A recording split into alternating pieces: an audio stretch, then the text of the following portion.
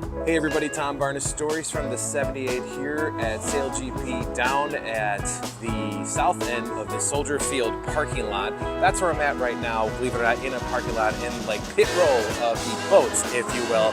And Team USA getting ready to put their boat on Lake Michigan for the first time. And that's what people will see this weekend. And I'm gonna talk to my friend Laura here in a second to talk all about this event, but this is Team USA's boat getting ready to be put out in the water this weekend, Father's Day weekend here in Chicago. And we'll see these things get attached. Right now the wing is not attached to this guy here, but the whole process of the wing getting attached to the boat happens out there, and we're gonna go check that out now and say hi to Laura.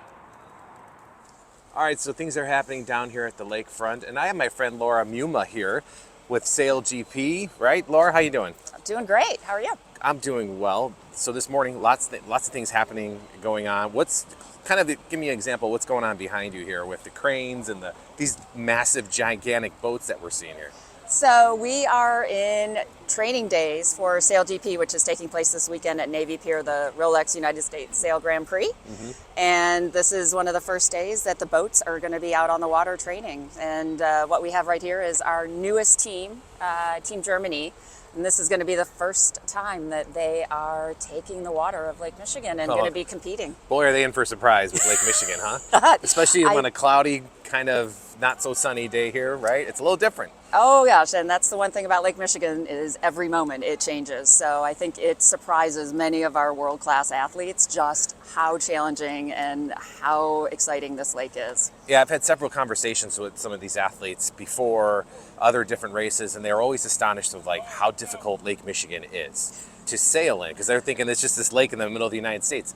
Well, it's the size of New Jersey, Lake Michigan. It's an ocean. It is. Yeah. It is an inland ocean, and I think different than the ocean is just how quickly those conditions change. So it'll be, as we all know, flat, calm, and gorgeous, and then 20 minutes later it's blowing 20 and super wavy. So when we were walking earlier inside the space there with all the different tents, so describe that space for everybody watching. It's what I would compare to pit row. Okay. In like Formula One or NASCAR. I mean, it's just, except at a much grander scale, because our machines are 50 feet long and the wing sails are 80 feet to 90 feet tall. So it takes up a lot of real estate. And with 10 teams now on the starting line, we take up the entire South Soldier Field parking lot. Yeah, it's a massive space, and the wings that came out first, which is one is behind you, they put the wing on the boat out right behind you or out on the water? Actually, they'll put it on here on land. And I mean, that's something like these boats are so powerful, we can't keep them in the water overnight. So there's a whole process that you're starting to watch right now, which is the wing sail gets rolled out of its tent, then it gets attached to the crane. You're going to see it start moving and getting lifted up into the air shortly. Then they roll the 50-foot F-50 platform underneath it, attach a whole... Which is kind of that thing right there? Or is this the platform? So that's actually the crane. Well, you can just kind of see the wing right now, which is, they're going to start lifting it shortly, and it'll be up hanging in the air high enough so that they can roll this F-50, the platform underneath it. Sorry, see, I don't know what I'm talking about. This is why I have you're you looking here, at the crane. Laura. We're going to look at the boat. And beyond that way is here the they go with the crane. Here, let me get this. This is the whole money shot here. Oh, they do that fast. Yeah. They don't mess around. No. I imagine it's because of the wind. They want to get that thing up and secure as soon as possible, right? Exactly. I mean, this is basically an airplane wing. So it's a rigid wing sail, and it has so much power. Yeah, and we saw in the tent there with all the other wings, what do we call that, the wing house? Or what is that fancy name for that? I don't know. We need to come up with the wing hanger, but there's a better name that needs to be discovered. And there's a lot going on within those wings. I mean, I saw some of the athletes kind of tinkering, if you will, the wings with like a little light on their head looking in, but there's a lot of electronics that go through those wings. Oh my gosh, these boats are basically massive IoT devices. The amount of sensors and technology and hydraulics and, like you said, wires and lines that are inside what looks to be a very clean machine is incredible. I mean, the data and the sensors that we have to help these sailors is crazy. And so describe what's happening right now. Is this exactly what you were saying earlier about how they're just wheeling this thing into the spot, right? Yep. So as they're kind of maneuvering Human-powered. it, and it's obviously a really tight space, so it takes the full team. And I mean, I think that's something else different than almost any other professional sport is we have our shore team, but a lot of these people that are moving the boat and getting the wing ready are the athletes that will be racing it later in the day.